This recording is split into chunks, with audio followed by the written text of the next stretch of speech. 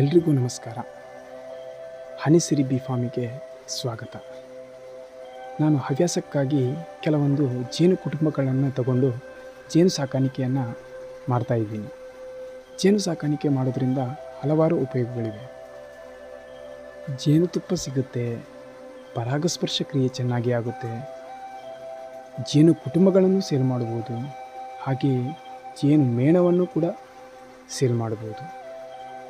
ಹಾಗಾಗಿ ಕೃಷಿ ಜಮೀನು ಹೊಂದಿದ ಪ್ರತಿಯೊಬ್ಬ ರೈತನೂ ಕೂಡ ತನ್ನ ಜಮೀನಿನಲ್ಲಿ 1 ಅಥವಾ 2 ಜೇನು ಪೆಟ್ಟಿಗೆಗಳನ್ನು ಇಟ್ಟು ಸಾಕಾಣಿಕೆ ಮಾಡೋದ್ರಿಂದ ಪರಾಗಸ್ಪರ್ಶ ಕ್ರಿಯೆ ಚೆನ್ನಾಗಿ ನಡೆಯುತ್ತೆ.